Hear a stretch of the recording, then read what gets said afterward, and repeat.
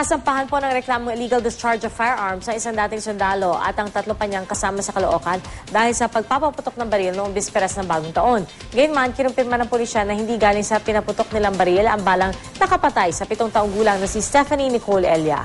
Balita hatid ni Ivan Mayrina. Ito ang kalibre 45 na llama pistol na isinuko ni Juan Agus sa Caloocan Police matapos siyang imbitahan sa presinto para sa ilang katanungan kaugnay ng insidente ng indiscriminate firing na ikinamatay ng 7 taong gulang na si Stephanie Nicole Elia. Pag-amin ni Agus sa mga pulis, halinhin na nila itong pinaputok sa pagsalubong sa 2013 na mga kainumang sina Eddie Magtubo, Junior Cercano at Arcadio Gulmatico na isang volunteer tanod.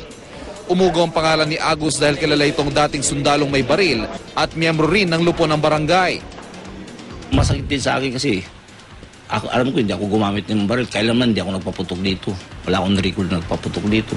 Tapos ako pa napagbintangan. Totally, aminin ko sa akin yung gamit. Na nagkamali lang siguro ako, napairam ko yung gamit dun sa taong hindi naman responsabling mawak.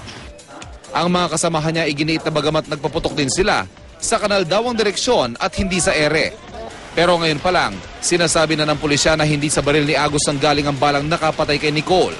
Base sa slag na nakuha sa bata matapos i-autopsy, pakaliwa raw ang ikot ng balang tumama sa kanya, katangian ng isang kalibre 45 na galing sa Amerika. Johnny Agus, he's 45, which is registered with the PNP, is a llama pistol made in Spain.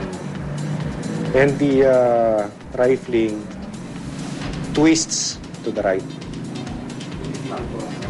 clockwise. So, hindi ito ang questioned firearm. Hindi ito ang hinahanap nating firearm. And findings by the crime laboratory indicate that there is a mismatch.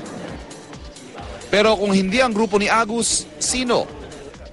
Base sa tama ng bala kay Nicole, malamang daw na sa likod ng galing ang nagpaputok ng baril. Nag-inspeksyon ng crime lab dahil maaring nasa 50 metro lang daw ang layo ng bumaril. At sa lugar na ito, mas malakas ang hinala ng mismong kapitan ng barangay na may nagpaputok at nakapatay kay Nicole. Kasi doon sa mga sarili ko ring pagkakalap ng mga ebidensya at mga nakakausap ko, meron pang mga ibang binanggagalingan at meron pang ibang mga nagmamayari dyan ng mga baril na 45 na iba karamihan wala lisensya. Ivan Mayrina, GMA News.